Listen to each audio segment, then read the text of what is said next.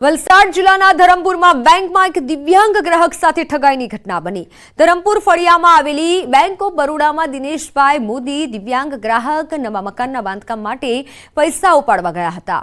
પોતાના ખાતામાંથી તેમણે 1,50,000ની રોકડ ઉપાડી હતી, જેમાંથી એક ખિસ્સામાં 1 લાખ અને બીજા ખિસ્સામાં 50,000ની રકમ મૂકી કેશ કાઉન્ટર પર વળ્યા હતા। આ દરમિયાન તેમની પાછળ જ ઉભા રહેલા બે ભેજા બાજુએ 50,000નું બંડલ તફડાવી લીધું હતું। સમગ્ર ઘટના સીસીટીવીમાં કેદ થઈ હતી। બેંકની બહાર નીકળતા જ દિનેશભાઈને 50,000નું એક બંડલ ગાયબ હોવાની જાણ થઈ હતી, જેને લઈને તેમણે બેંકના કર્મચારીઓ અને પોલીસને જાણ કરી હતી। પોલીસે સમગ્ર મામલાની નોંધ લઈ સીસીટીવીના આધારે આરોપીઓને શોધવા કવાયત હાથ ધરી છે।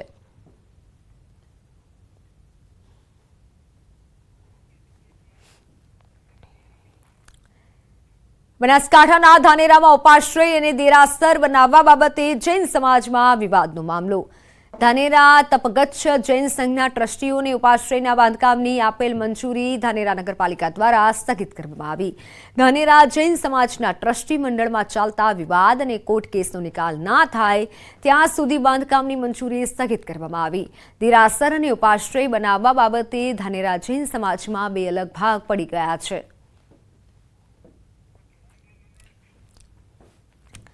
વાત અમરેલીની શાંતાબા મેડિકલ કોલેજમાં વધુ એક વિવાદ સર્જાયો છે। ઇન્ટર્નશીપ કરતા 121 જેટલા મેડિકલ સ્ટુડન્ટ સ્ટાઇપેન્ડ મુદ્દે ધરણા પર બેઠા છે। સ્ટાઇપેન્ડ વધારવાની માંગ સાથે સિવિલ હોસ્પિટલ પરિસરમાં ધરણા કર્યા। જો સ્ટાઇપેન્ડ વધારવામાં નહીં આવે તો ધરણા ચાલુ રાખવાની વિદ્યાર્થીઓએ ચીમકી ઉચ્ચારી છે।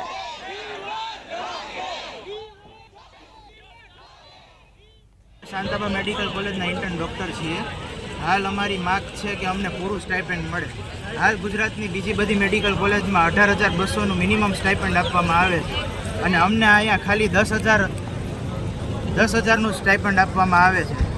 તો અમારી માંગ છે કે અમારું સ્ટાઇપેન્ડ પણ 18,200 કરી દેવામાં આવે અને એ માટે અમે મેનેજમેન્ટને લેખિત તથા મૌખિક રૂપે જાણ કરેલ છે, પણ એ લોકોનો કાંઈ રિસ્પોન્સ નથી, એટલે અમે અહીંયા હડતાલ ઉપર બેસેલા છીએ। અમારી માંગણી છે કે અમને આપવામાં આવતું સ્ટાઇપેન્ડ 10,000 છે, જે અન્ય બીજી મેડિકલ કોલેજોમાં 18,200 આપે છે, એના પ્રમાણમાં અમારું સ્ટાઇપેન્ડ ખૂબ જ ઓછું છે। તો અમારી એ માંગણી છે કે અમારું પણ સ્ટાઇપેન્ડ 18,200 કરવામાં આવે। એ જે 18,200 સ્ટાઇપન્ડ છે એ તમામ ગવર્મેન્ટ કોલેજો અને જે GMERSની કોલેજો છે તેના માટે સરકારશ્રી દ્વારા નક્કી કરવામાં આવેલ છે। પ્રાઇવેટ અને સેલ્ફ ફાઇનાન્સ જે મેડિકલ કોલેજીસ છે તેના માટેનો સ્ટાઇફંડ નક્કી કરવાનું એ જે તે કોલેજના મેનેજમેન્ટ પર નિર્ણય છોડેલ છે, તો મેનેજમેન્ટ વતી જે નિર્ણય છે તે એ લોકોને જણાવેલ છે। મતદાનમાં ભાજપને વધુ લીડ આપી વિકાસના કામ કરવા માટે રજૂઆત કરાઈ છે। રાધનપુર ભાજપ MLA CMને પત્ર લખ્યો છે। ધારાસભ્ય લવિંગજી ઠાકોરે પત્રમાં ઉલ્લેખ કર્યો છે, પાટણ બેઠકથી સૌથી વધુ મતોની લીડના બદલામાં લોકોના પ્રશ્નો ઉકેલવા સરકારને ખુદ ભાજપના જ ધારાસભ્યે રજૂઆત કરી છે। રાધનપુર વિધાનસભાએ ભાજપને 34,706 મતોની લીડ આપી હોવાનો તેમણે દાવો કર્યો છે અને જેથી વિસ્તારના લોકોના વિકાસ કામો કરી પત્ર લખી રજૂઆત કરાઈ છે, જેમાં નર્મદા કેનાલ, રોડ, પાણી, આરોગ્ય, શિક્ષણ જેવા મહત્વના પ્રશ્નો ઉકેલી આપી અગ્રતા આપવા માટે ધારાસભ્યે રજૂઆત કરી છે।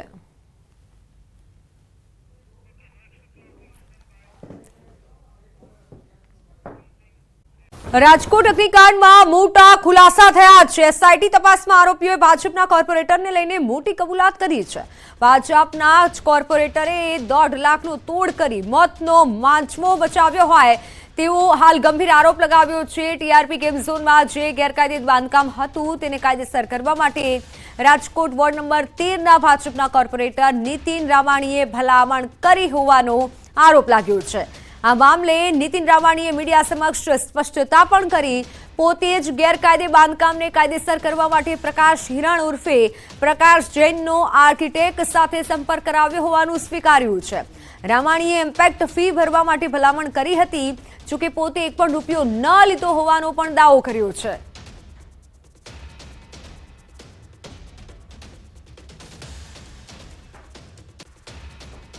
તો અગ્નિકાંડ મુદ્દે સૌથી મોટો ખુલાસો થયો છે કે એમડી સાગઠિયા છે તે લાંચ લેતા હતા, તે કરપ્શન કરતા હતા. નીતિનભાઈ શું કહેશો? હાલો, કરપ્શન કરતા હતા તમને કરપ્શન આખી એની સાયકલ જ હોય. આર્કિટેક્ટની અધિકારી છે, કોઈ બી આર્કિટેક્ટ હોય એનું જેની હારે સેટિંગ હોય. બીજું કોઈ જાતનું એ મકાન માલિકને કહી દે આમ નહીં આમ થાય.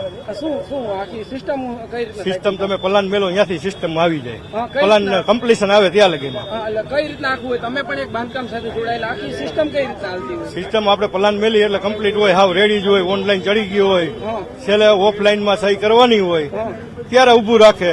એટલે તમે હોય નાના માણા હોય કે કોઈ પહોંચતા ન હોય કે ભાઈ જોવો ને આમાં શું થાય એમ છે. આર્કિટેક્ટ કે આટલું થાય ભાઈ કે એટલે કેટલા રૂપિયા કેટલા લેતા? 2-3 હજાર રૂપિયા ફાઇલે હોય. એટલે આર્કિટેક્ટ થ્રુ હોય? આર્કિટેક્ટ હસ્તક જ હોય વહીવટ. એટલે આમાં કેટલા આર્કિટેક્ટ સંડોવાયેલા હોય તમને શું લાગે? બધા આર્કિટેક્ટ ને બધાને કામ કરવું છે. એ તો પ્રાઇવેટ છે, તમે નોકરી કરો એની જેમ. એ પોતાનું એનું છે આર્કિટેક્ટ નું લાયસન્સ. એને ગ્રાહકને સંતોષ આપવા એ થોડી ઘણી ફી ક્યાંક ઓછી લઈએ ને એમાં એ કરી નાખે. ખાસ તમે જે છે ઇમ્પેક્ટ ફી માટેની ભલામણ કરી હતી, એ આખી વાત શું છે? ઇમ્પેક્ટ ફીમાં એ આવ્યા ને મારી પાસે એટલે મેં કોણ આવ્યું હતું? પ્રકાશભાઈ આવ્યા હતા. પેલા મને વીડી નો ફોન આવ્યો, પ્રકાશભાઈ પ્રકાશભાઈ જૈન બરાબર. વીડી નો ફોન આવ્યો ના કાકાનો કે નીતિનભાઈ જોઈ મારા ભાઈ બનશે. એટલે મને કે જોઈ લે નીતિન આમનું કરાવ ને. એટલે મેં એને કીધું, મેં કીધું મારી ઓફિસે મોકલજો. એટલે આવ્યા એટલે મેં આર્કિટેક્ટને કીધું ભાઈ આની ઇમ્પેક્ટ ફી ભરી વાર ને થઈ ગયેલું તૈયાર છે. કેટલી ઇમ્પેક્ટ ભરેલી હતી? ભરવાની હતી એને તૈયાર કરવી, પેલા ફાઇલ તૈયાર કરવી પડે આખી. એની ડ્રોઈંગ બનાવીને આખું ડ્રોઈંગ ત્યાં હોય એ રીતનું બનાવીને કમ્પ્લીટ કરીને અને ફાઇલ આખી તૈયાર કરી દીધી એને. અને હમણાં થર તપાસે કરી આવ્યા હતા. ખાસ કરીને જે રીતના વાત કરવામાં આવતો જે છે કઈ રીતના તમને કોના થ્રુ ભલામણ થઈ હતી? મારે વીડી સાહેબ, વીડી એક એના અંકલ છે પ્રકાશભાઈ જૈનના. તમારે શું થાય? મારા મિત્ર છે એટલે એમના થ્રુ ભલામણ આવી છે. ચોક્કસથી કહી શકાય કે જે સૌથી મહત્વની બાબત એ સામે આવી છે કે જે છે એ આખું જે કરપ્શન અને જે આખી સાયકલ ચાલતી હતી તે ક્યાંક ને ક્યાંક આર્કિટેક્ટ મારફત ચાલતું હોવાનું પણ અત્યારે કોર્પોરેટર આક્ષેપ કરી રહ્યા છે, ગંભીર આક્ષેપ કરી રહ્યા છે. ત્યારે સૌથી મહત્વની બાબત એ છે કે હવે આ મામલે કઈ દિશામાં તપાસ થાય છે તે પણ ખૂબ જ જરૂરી છે. કેમેરામેન કેવિન નિમાવત સાથે હાર્દિક જોશી, ન્યૂઝ 18 ગુજરાતી, રાજકોટ. 13 જૂનથી શાળાઓમાં નવા શૈક્ષણિક સત્રનો પ્રારંભ થઈ રહ્યો છે. ત્યારે સ્કૂલ વેન અને સ્કૂલ રિક્ષાનો આજથી ફિટનેસ ટેસ્ટ શરૂ થઈ કરાયો છે. એટલે જે માટે જરૂરી ડોક્યુમેન્ટ જે વાહન પાસે હશે તે જ ફિટનેસ ટેસ્ટમાં પાસ થશે. ઉપરાંત કેટલાક નિયમો પણ કડક કરી દેવાયા છે. જે પૈકી સ્કૂલ વેનમાં ફક્ત 14 બાળકોને બેસાડી શકાશે. અને હવે વાલીઓને પણ આ નિયમો વિશે જાણવું જરૂરી છે, કેમ કે જે સ્કૂલ વેનમાં તમે તમારા બાળકને મોકલો છો તે વાહન તમારા બાળકની સલામતી માટે કેટલું ફિટ છે અને જે તે વાહન ચાલક વિવિધ નિયમોનું પાલન કરે છે કે કેમ તેની દરેક પાસાઓની જાણકારી તમારે રાખવી જોઈએ. મારું બાળક જે સ્કૂલ વેનમાં જઈ રહ્યું છે તે કેટલું ફિટ છે અને એ દ્રશ્ય હું આપને બતાવીશ કે આપ જ્યાં જોઈ રહ્યા છો એ સ્કૂલ વેન છે. સ્કૂલ વેનમાં એવી ફાયર સેફટીની કઈ રીતની સુવિધા છે તેને લઈને એ ફિટનેસ સર્ટિફિકેટ જે સ્કૂલ વેનને મળતું હોય છે હું એ આપને બતાવવાનો પ્રયાસ કરીશ. આપ જ્યાં જોઈ રહ્યા છો કે સ્કૂલ વેનમાં ફાયર એક્સટિંગ્વિશરની જે બોટલ જે છે તે હોવી ફરજિયાત છે. સાથે જ એ ફર્સ્ટ એડ કિટ જે છે એ પણ હું આપને બતાવીશ. આપ જ્યાં જોઈ શકો છો કે આ ફર્સ્ટ એડ કિટ છે એ પણ જો સ્કૂલ વેનમાં હોય તે પણ જરૂરી છે. સાથે જ જે ફિટનેસ માટે સર્ટિફિકેટ માટે જે જરૂરી છે તે પણ હું આપને બતાવવાનો પ્રયાસ કરીશ કે આ સ્કૂલ વેનના બંને દરવાજાની બહારની સાઈડમાં સ્કૂલ વેન લખેલું હોવું ફરજિયાત છે. સાથે જ જે સ્કૂલ વેન ચાલક છે તેનો નંબર જે છે તે પણ એસ્ટાબ્લિશ થવો જોઈએ. ત્યારે જ એ જે છે બાળકો કેટલા બેસાડી શકે તેની તેમને પરમિટ મળશે. સાથે જ હવે હું એ પણ આપને બતાવવાનો પ્રયાસ કરીશ કે આપ આ જોઈ શકો છો કે જે સીએનજી બોટલ જે છે તેનું રીટેસ્ટિંગ થયું છે કે નહીં તે પણ જોવું જરૂરી છે. આપ આ જોઈ શકો છો કે આ સ્કૂલ વેનનું જે છે સીએનજી કિટ જે છે તેનું રીટેસ્ટિંગ થઈ ચૂક્યું છે અને તેનો જે તારીખ નંબર જ્યારે ચેક થયું છે તે તમામ તારીખ જે છે તે આમાં એસ્ટાબ્લિશ કરવામાં આવી છે. એટલે આ તમામ વસ્તુઓ જે છે તે ક્યાંક ને ક્યાંક જે સ્કૂલ વેન નું જે છે વાહન જે છે તે ફિટ છે કે નહીં તે તમામ ચકાસીને જ ફિટનેસ સર્ટિફિકેટ આપવામાં આવતું હોય છે. સાથે જ હું આપને એ પણ બતાવવાનો પ્રયાસ કરીશ કે આપ જે આ જોઈ શકો છો કે કયા કયા પુરાવા દસ્તાવેજ જે ડોક્યુમેન્ટ જરૂરી છે, જેમાં જે છે તે આ આરસી બુક છે તે જરૂરી છે. ત્યારે આ પ્રકારની સ્કૂલ વેનની પરમિટ મળતી હોય છે. બીજું કે આપ જ્યાં જોઈ શકો છો કે આ ફિટનેસ સર્ટિફિકેટ છે. આ પ્રકારનું ફિટનેસ સર્ટિફિકેટ ત્યારે મળે છે કે જ્યારે સ્કૂલ વેનમાં જરૂરી જે સાધનો હોય, ફાયરના કે સલામતી, બાળકોની સલામતીના સાધનો હોય, ત્યારે આ પ્રકારનું ફિટનેસ સર્ટિફિકેટ મળતું હોય છે. આપ આ જોઈ શકો છો કે આ આરટીઓ તરફથી આપવામાં આવતી પરમિટ છે. 14 બાળકોને જ બેસાડી શકાય તે પ્રકારની પરમિટ આ આપવામાં આવતી હોય છે અને એ આ પણ ફિટનેસ સર્ટિફિકેટ માટે અને પરમિટ માટે આ જરૂરી છે. બીજું કે જે વેનમાં બાળકો અવર જવર કરે છે સ્કૂલ વેનમાં, તો તેને ઇન્સ્યોરન્સ છે કે નહીં તે પણ જોવું જરૂરી છે. આ તમામ વસ્તુઓ જે છે વાલીઓએ પણ ખુદ ચકાસવી પડશે. વાલીઓએ આ ખાસ જાણવાની જરૂર છે. આજથી જ્યારે આ સ્કૂલ વેન અને સ્કૂલ રિક્ષાનો ફિટનેસ ટેસ્ટ જે છે તે શરૂ થઈ રહ્યો છે, ત્યારે આ પ્રકારનું વ્હીકલ આપ જ્યાં જોઈ શકો છો કે આ સ્કૂલ વેન છે એ ને ત્યારે જે ફિટનેસ સર્ટિફિકેટ મળે છે કે જ્યારે તેમાં તમામ ડોક્યુમેન્ટ જે વાહન ચાલક જે છે તેની પાસે હોય. કેમેરામેન પંકજ મકવાણા સાથે સંજય ટાંક, ન્યૂઝ 18 ગુજરાતી, અમદાવાદ. ડોક્યુમેન્ટમાં અમારી આરસી બુક સૌથી પહેલાં આરસી બુક માગે છે. જૂનું પરમિટ હોય તો જૂનું પરમિટ માગે છે. એના ઉપરથી પરમિટ રિન્યૂ થતું હોય છે અને એના ઉપરથી જ અમારું ફિટનેસ સર્ટિ મળતું હોય છે. હવે જ્યારે અમારા પાસે ટોટલ ડોક્યુમેન્ટ રેડી હોય, ટોટલ ગાડીની અંદર ફાયર સેફ્ટીની બોટલ હોય, ફર્સ્ટ એડ કિટ હોય અને એ લોકોએ ગાડીની ચકાસણી કરતા હોય છે, તમામ કમ્પ્લેટ બધું હોય, સીએનજી ટેન્કનું સર્ટી હોય, ત્યારે એમને બાળકોનું પરમિટ આપવામાં આવે છે. વાલીઓએ ખાસ ધ્યાન રાખવાની જરૂર છે કે એમના ઘરે જે વ્હીકલ આવે છે એને યલો નંબર પ્લેટ છે. બીજું આગળ પાસે સ્કૂલ વાન લખેલું છે, દરવાજા ઉપર નામ અને મોબાઈલ નંબર અને લખેલું છે કે નહીં. કાચ ઉપર બી મોબાઈલ નંબરને નામ લખવાનું હોય છે. એવી રીતે ગાડીના બંને સાઈડ, દરવાજાની બંને સાઈડ લખવાનું હોય છે અને આગળ પાસે સ્કૂલ વાન ફરજિયાત લખવાનું હોય. સર, ગવર્મેન્ટે બહાર પાડેલું જ છે કે વાલીઓને જો એવું પ્રોબ્લેમ જેવું લાગતું હોય તો પોલીસનો કોન્ટેક્ટ કરી શકે છે, આરટીઓનો કોન્ટેક્ટ કરી શકે છે. વાત જામનગરની. જામનગરમાં જીજુ હોસ્પિટલની લાલિયાવાડી સામે આવી છે. હોસ્પિટલમાં ફરી એકવાર સિક્યુરિટીની લાલિયાવાડી જોવા મળી રહી છે. રિક્ષા ચાલકે દર્દી સાથે રિક્ષા હોસ્પિટલમાં ઘુસાડી મોડી રાત્રે દર્દી સાથે રિક્ષા ઓપીડી સુધી પહોંચી ગઈ હતી. રિક્ષા ચાલકે સિક્યુરિટી સાથે અયોગ્ય વ્યવહાર કર્યો હતો. રિક્ષા હોસ્પિટલમાં ઘૂસી જતા દોડધામ થઈ હતી. આ સમગ્ર ઘટનાના સીસીટીવી સામે આવ્યા છે. હાલ તો આ મુદ્દે પોલીસ ફરિયાદની તજવીજ હાથ ધરાઈ છે. એ રિક્ષા ચાલક કદાચ પીધેલી હાલતમાં હતા અને એ સમયે સિક્યુરિટી ગાર્ડે એમને રોકવાનો પણ પ્રયત્ન કર્યો અને થોડી હાથાપાઈ પણ થઈ હતી અને તેમ છતાં સિક્યુરિટી ગાર્ડને દર્દીના હિતમાં અને દર્દીના સગાઓના હિતમાં જે તે સમયે નિર્ણય લેવો પડેલો અને એ સમયે પોલીસ ડિપાર્ટમેન્ટને એ જાણ કરી શકેલ નહોતા. હાલમાં સિક્યુરિટી સુપરવાઇઝર્સને બતાવી અને બોલાવી અને તમામ હકીકત જાણવા મળ્યું કે એમના તરફથી પોલીસ ફરિયાદ થવાની બાકી હતી. તો ડાકોરમાં નગરપાલિકા કચેરીમાં રહીશોનો હલ્લાબોલ. ડાકોર નગરપાલિકાની નબળી કામગીરીને લઈને ડાકોરના રહીશો નગરપાલિકા કચેરી પહોંચ્યા. છેલ્લા 2.5 વર્ષથી ઉભરાતી ગટરની સમસ્યાનો નિકાલ ન આવતા યમુના પાર્ક સોસાયટી, નવાપુરા વિસ્તાર, ભગતજીન વિસ્તારના રહીશો રોષે ભરાયા હતા. અવારનવાર રજૂઆત કરવા છતાં પણ તંત્રની આંખ ન ખુલતા રહીશોએ હાય હાયના નારા સાથે નગરપાલિકા કચેરીએ વિરોધ નોંધાવ્યો હતો. બીજી તરફ નગરપાલિકાના ચીફ ઓફિસર ઓફિસનો સમય થઈ ગયો હોવા છતાં ઓફિસમાં હાજર ન હતા. છેલ્લા કેટલાય સમયથી ઉભરાતી ગટરોના લીધે સ્થાનિકોમાં માંદગીનું પ્રમાણ વધ્યું છે. પણ અનેક રજૂઆતો છતાં ડાકોરનું નગરપાલિકા તંત્ર સૂતેલું જોવા મળ્યું હતું.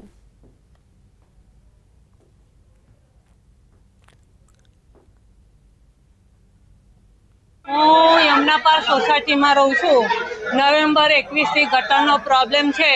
ઘરમાં સંડાસ બાથરૂમ બધું જ છે, મળથી જ ભરેલા હોય છે અને રોડ ઉપર ઘરમાં થઈને પાણી રોડ ઉપર આવે છે. આવી પરિસ્થિતિમાં અમે કેટલી બધી વાર સોસાયટીના રહીશો અહીં રૂબરૂ મુલાકાત કરીને ગયા છે, પણ આનો કોઈ નિકાલ નથી. આજે 2.5 વર્ષ થવા આવ્યા. પીવાના પાણી એટલું ડેન્જર અત્યારે બંને મિક્સ થઈને આવે છે કે આની કોઈ સમસ્યા નહીં. અંદર બી અત્યારે પોરાની અંદર હાપોલિયાના કણા નીકળે છે.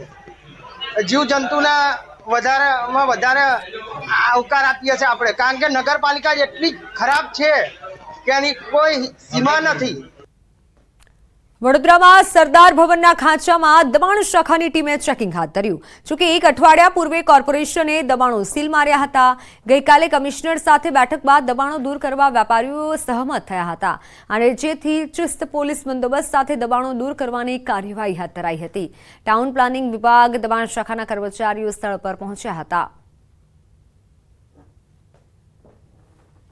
આજે અમારી જે મૂળ ટીકાની જે રોડ લાઇન મુજબ જે આશરે 25 ફૂટનો રોડ થાય છે અહીંયા, અને એનું સવારે અમે ડિમાર્કેશન કરી દીધું અને ડિમાર્કેશન મુજબ જે માર્જિંગમાં જે ઓટલાઓ જે છે, આ લોખંડની ગ્રીલો મૂકેલી છે, જે માર્જિંગમાં જે દબાણો છે આજે દબાણ શાખાની ટીમ સાથે રાખી અને આ બધા દબાણો દૂર કરવામાં આવ્યા છે. અમે પૂરો સહકાર આપીશું અને આજે સવારે માપણી કરીને જેનું બી ઓટલા બાર હતા બધા અમે સ્વૈચ્છિક રીતે તોડ્યા છે, અમે એ બી તોડી રહ્યા છે.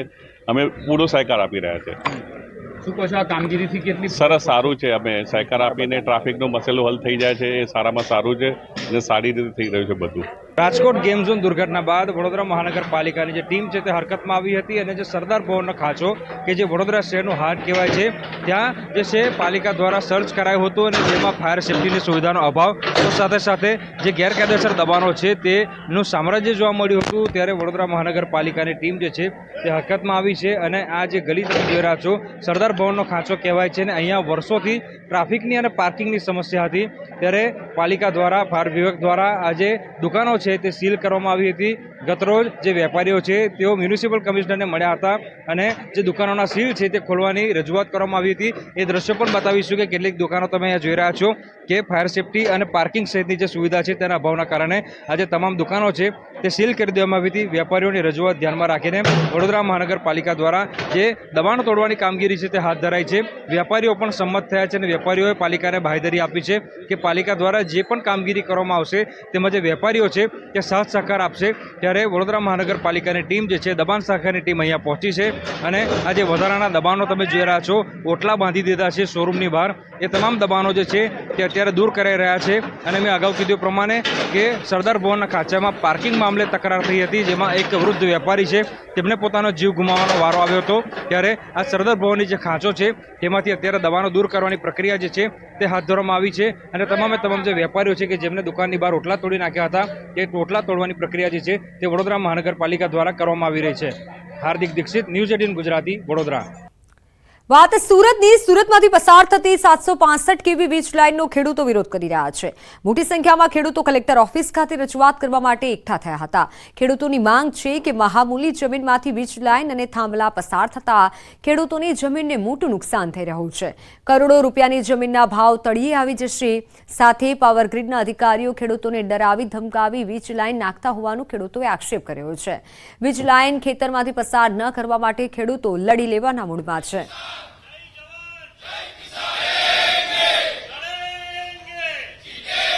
વિરુદ્ધ જ્યારે કામ થાય એ ખેડૂત સમાજ અને ખેડૂતો સહન કરશે નહીં અને જેના વિરોધમાં નોટિસનો જવાબ આપવા માટે સુરત જિલ્લામાંથી મોટી સંખ્યામાં ખેડૂતો હાજર થયા છે. આજે ટેકાના ભાવો નક્કી કરવા માટે બેઠક યોજાઈ. કૃષિ મંત્રીની અધ્યક્ષતામાં ટેકાના ભાવો અંગે બેઠક મળશે. રાયડો, ચણા, ઘઉં સહિતના ટેકાના ભાવ અંગે ચર્ચા વિચારણા થશે.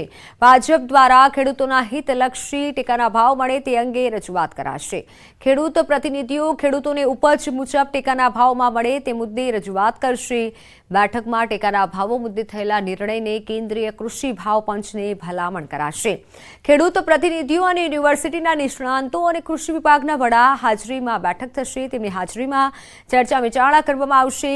દેશભરમાં આવેલા રજૂઆત અંગે કેન્દ્રીય ભાવ પંચ ટેકાના ભાવો નક્કી કરશે. બેઠકમાં આગામી રવિ સિઝનમાં થનારા પાકો ઘઉં, ચણા, રાયડો જેવા પાકો માટે આગામી સિઝનમાં ટેકાના ભાવે જે ખરીદી કરવાની છે એના ભાવોની ભલામણ રાષ્ટ્રીય કૃષિ ભાવ પંચને કરવા માટેની આ બેઠક છે. વડોદરાની દિવેર નર્મદા મઢી પાસે નર્મદા નદીમાં નાહવા પર પ્રતિબંધ ફરમાવાયો છે. નારેશ્વર ઘાટ લીલોદ શાયર પાસેથી પસાર થતી નર્મદા નદીમાં નાહવા પર પ્રતિબંધ મુકાયો છે. દિવેર નર્મદા મઢી અને નારેશ્વર ઘાટ પર નર્મદા નદીમાં ડૂબી જવાના કિસ્સાઓ બનતા રહે છે. જિલ્લા મેજિસ્ટ્રેટ દ્વારા જાહેરનામું પ્રસિદ્ધ કરી નાહવા પર પ્રતિબંધ મુકાયો છે. જાહેરનામું ભંગ કરનાર સામે કલમ 188 મુજબ કાર્યવાહી કરાશે. 5 જૂનથી 3 ઓગસ્ટ સુધી જાહેરનામું અમલમાં રહેશે. દિવેર નર્મદા મઢી અને નારેશ્વર નર્મદા ઘાટ પર મોટી સંખ્યામાં સહેલાણીઓ નાહવા પર આવતા હોય છે. ત્યારે ઘાટ પર કોઈ અનિચ્છનીય ઘટના ન બને તેને લઈને પણ તકેદારી માટે આ નિર્ણય લેવાયો છે.